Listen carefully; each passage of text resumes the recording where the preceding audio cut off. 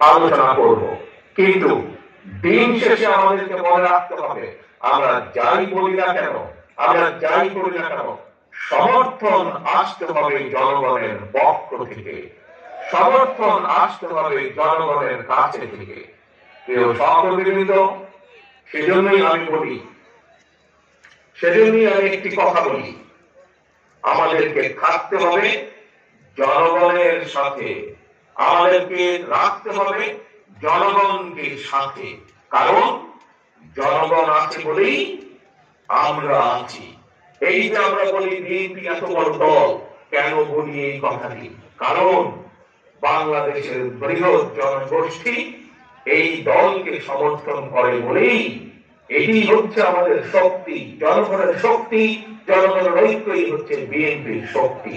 যেহেতু জনগণ আমাদের সাথে আছে, জনগণের সাথে আমরা আছি, যেহেতু জনগণ আমাদের পেছনে আছে, যেহেতু জনগণ আমাদের কাছে প্রত্যাশা করছে, জনগণ সমর্থন দিচ্ছে, সেই জন্যই বিএনপি আজ বাংলাদেশের সর্ববৃহৎ দল।